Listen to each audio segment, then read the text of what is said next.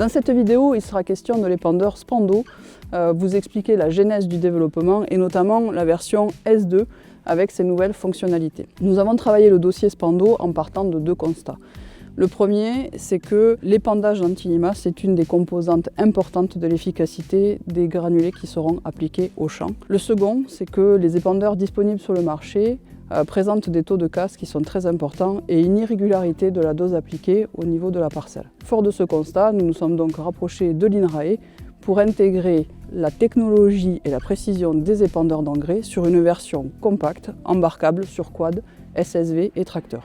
C'est de là qu'est né le Spando. Le Spando, c'est l'épandeur qui est présent à côté de moi, qui est composé d'une cuve de 60 litres, donc une contenance d'un petit peu plus de 2 sacs d'antilimaces, d'un bidisque superposé, d'un DPAE, débit proportionnel à l'avancement électronique, et un boîtier de commande que nous verrons tout à l'heure, qui va permettre de commander complètement l'épandeur. Les épandeurs du marché sont composés d'une cuve, d'un seul tube d'alimentation qui va faire un point de chute sur le disque. Ce seul point de chute sur le disque va générer une nappe qui est en forme de comète, avec notamment une irrégularité de la dose épandue entre la gauche et la droite. On se retrouve concrètement au champ avec des zones qui vont être surdosées et d'autres qui vont être sous-dosées. Ces épandeurs du marché produisent notamment des coefficients de variation de dose de l'ordre de 40%, ce qui, en termes de qualité d'épandage, n'est pas très satisfaisant.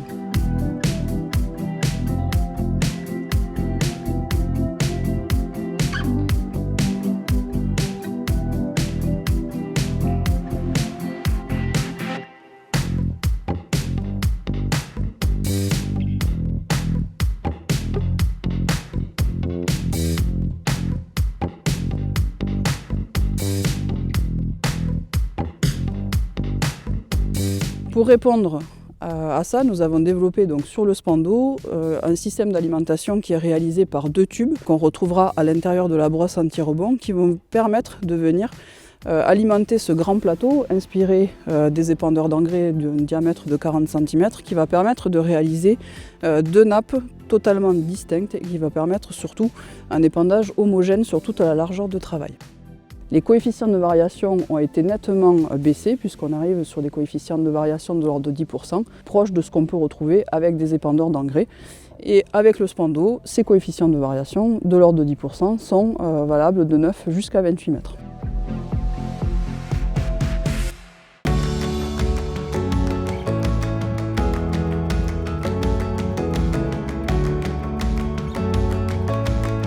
Les bénéfices liés à cette technologie vont être notamment la régularité à l'épandage, l'économie d'antilimaces et surtout la bonne protection de la culture. On s'est rendu compte qu'il était très difficile de maintenir une vitesse constante dans une parcelle avec un quad. Pour autant, l'épandeur qui ne bénéficie pas de DPAE va appliquer des surdosages et des sous-dosages en fonction de la vitesse. Pour pallier à ça, nous avons développé sur le Spando le DPAE, donc débit proportionnel à l'avancement électronique, avec l'antenne GPS qui est directement intégrée dans le boîtier de commande et qui va permettre de récupérer l'information de vitesse, de l'envoyer au boîtier électronique afin de réguler le moteur du DPA, donc du débit proportionnel à l'avancement, qui va permettre, quelle que soit la vitesse de l'utilisateur, de délivrer toujours la dose choisie. En termes de bénéfices vis-à-vis du DPAE, on va supprimer les surdosages et les sous-dosages, avoir une très bonne protection de la culture et surtout réaliser des économies au niveau de l'antilimace. En plus du DPAE présent sur le Spando, nous avons voulu sur cette version S2 poursuivre l'optimisation de l'application, notamment avec l'intégration de la coupure de tronçon. L'utilisateur a, en fonction de la typologie de la parcelle, la possibilité de couper directement sur le boîtier de commande le tronçon de gauche ou de droite. Ainsi, en appuyant sur le bouton, il va venir fermer la nappe de gauche ou la nappe de droite pour encore une meilleure optimisation de l'épandage.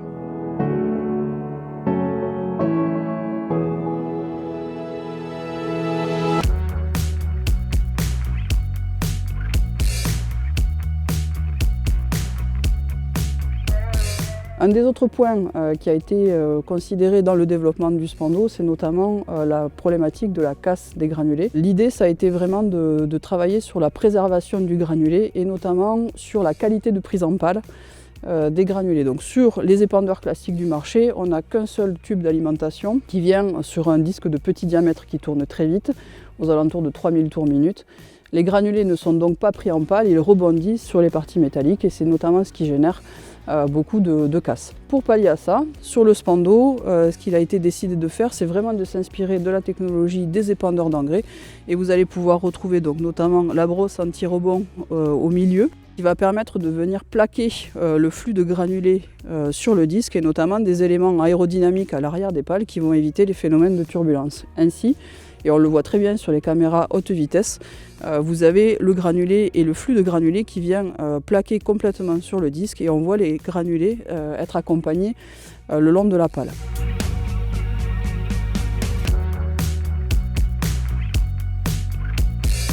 Le granulé est ainsi appliqué intègre au sol, ce qui va permettre d'avoir une très bonne protection de la culture et une bonne résistance au délitement. Les bénéfices de cette bonne prise en pâle vont être une économie de la 2 hectares, une meilleure prise en pâle et donc une réduction de la casse des granulés, puisqu'avec les solutions de Sangos, on est sur des taux de casse de l'ordre de 5%, et surtout de ne plus avoir de projection d'antilimace et de poussière sur l'utilisateur.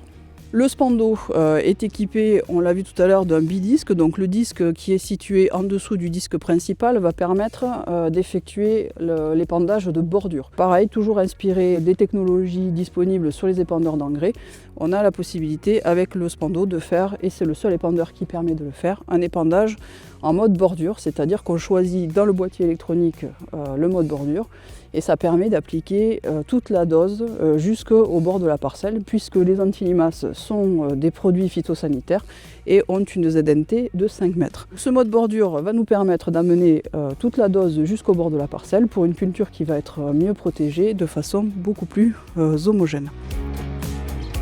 Sur la version S2 du Spando, l'électronique a complètement été revue, qu'il s'agisse du boîtier électronique ou de sa télécommande.